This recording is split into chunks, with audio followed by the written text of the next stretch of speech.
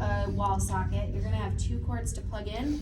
One is your ventilator, one is your air source. This is an air compressor, and that's gonna be your yellow tubing. It should kick your ventilator.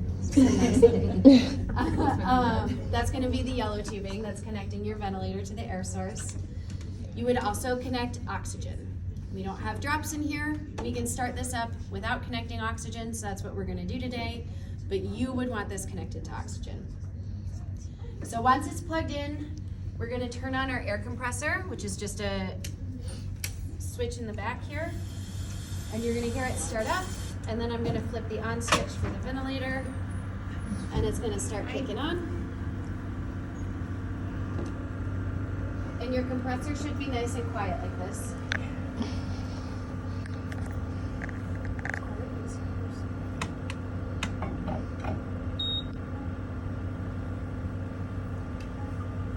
All right, so this is that pre-use check prompt that I was talking about. You're gonna do this every time you put a new patient on the ventilator.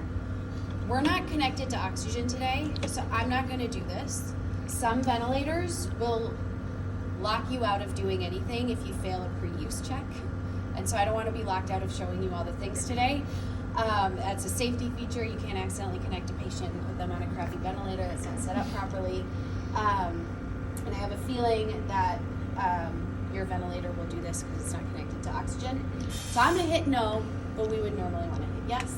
And so when you do that, it's just it's hooked up to oxygen. Obviously, you haven't hooked anything to the patient yet. It just needs to be up to oxygen and then pre-use check. Yep.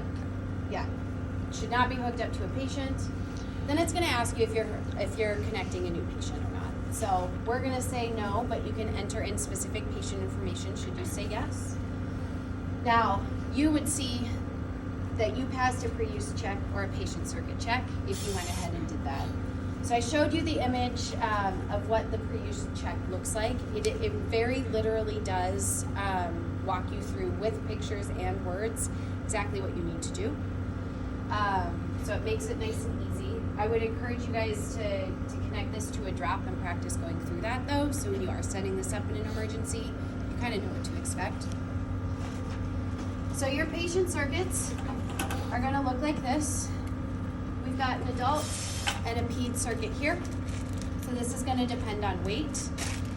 Your ped circuits are usually gonna be less than 10 kgs and your adults for everything else. And then you need an expiratory filter.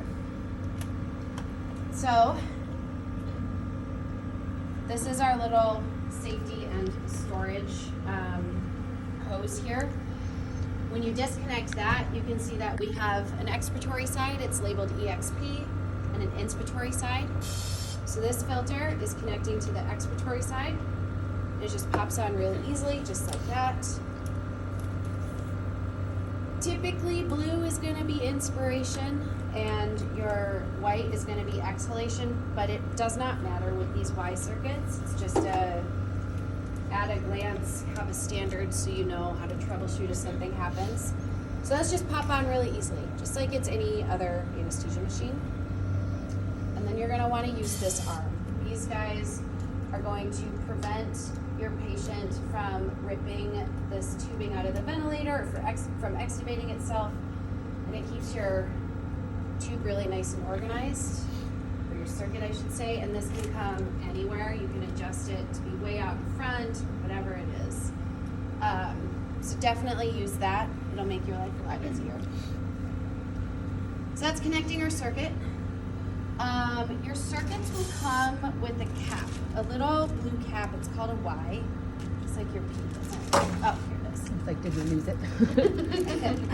Hang on to this, because if I'm putting my ventilator into standby mode for a long period of time, I want this covered. It just makes me feel a lot less gross. You can drape a sterile glove over there if you've lost this, so it's not the end of the world. But if we're not ventilating for more than a minute or so, we want to make sure that this is covered. So where are those? Oh, here.